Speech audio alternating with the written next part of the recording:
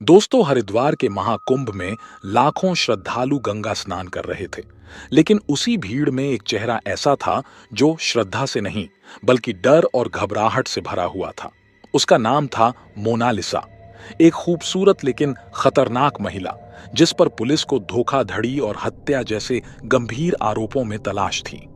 CID की special team को सूचना मिली थी कि मोनालिसा महाकुंभ में छुपी हो सकती है। इंस्पेक्टर अभिजीत और उनकी टीम ने तुरंत अपनी रणनीति बनाई। वो इस भीड़ में खुद को छुपाने की कोशिश कर रही होगी। हमें किसी भी हाल में उसे पकड़ना होगा। इंस्पेक्टर अभिजीत ने टीम को निर्देश दिए। लेकिन भीड़ में पहचानना मुश्किल था। महाकुंभ की भीड़ इतनी विशाल थी कि मोनालिसा को खोजना भूसे के ढेर में सुई खोजने जैसा था। उसने खुद को एक साध्वी के रूप में बदला था। सिर पर गेरुआ चादर, माथे पर तिलक और हाथ में माला। किसी को शक न हो इसलिए वो गंगा के तट पर बैठकर मंत्र जप कर रही थी।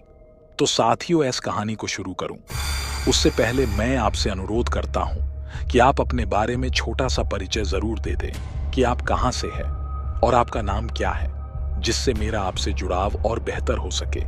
और आप इस चैनल पर नए हो तो सब्सक्राइब जरूर कर लें।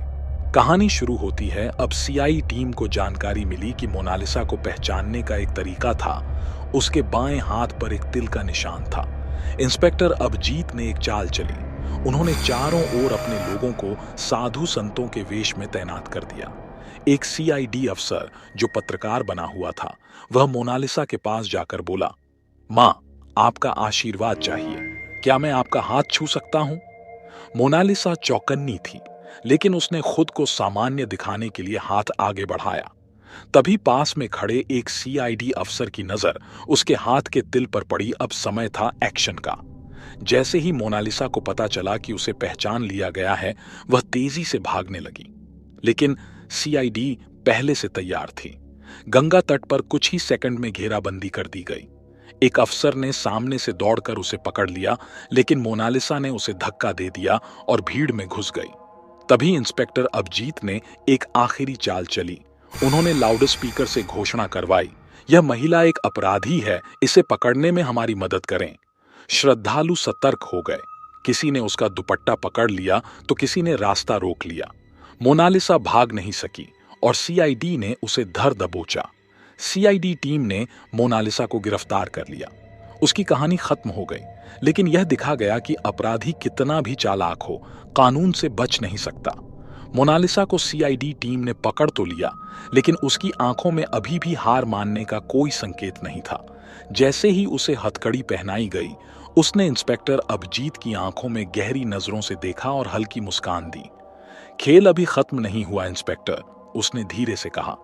इंस्पेक्टर अभिजीत को उसके आत्मविश्वास पर शक हुआ, लेकिन वह समझ गए थे कि मोनालिसा कोई साधारण अपराधी नहीं थी। उसे पकड़ना मुश्किल था और उसे जेल तक पहुंचाना उससे भी ज्यादा। मोनालिसा को लेकर सीआईडी की टीम हरिद्वार से दिल्ली के लिए निकल पड़ी। रात का समय था और सड़कें सुनसान थीं। मोनालिसा को एक पुलिस वैन में रखा गया था, जिसमें इंस्पेक्टर अभिजीत और उनकी टीम उसके साथ थी। रास्ते में अभिजीत ने मोनालिसा से पूछा, तुम्हें लगा था कि तुम भीड़ में छिपकर भाग जाओगी? मोनालिसा हंसी, इंस्पेक्टर, मैंने सिर्फ भागने की कोशिश की थी, लेकिन असली खेल अब शुरू होगा। इंस्पेक्टर अभिजीत को उसकी बातें सुनकर चिंता होने लगी। रात के अंधेरे में जब वैन एक सुनसान इलाके से गुजर रही थी, तभी अचानक सड़क पर एक ट्रक आकर रुका। ड्राइवर ने जोर से हॉर्न बजाया और पुलिस वैन को रुकने का इशारा किया। क्या हुआ? ड्राइवर ने सवाल किया। आगे एक्सीडेंट हुआ है, रास्ता ब्लॉक है, ट्रक वाले ने जवाब दिया।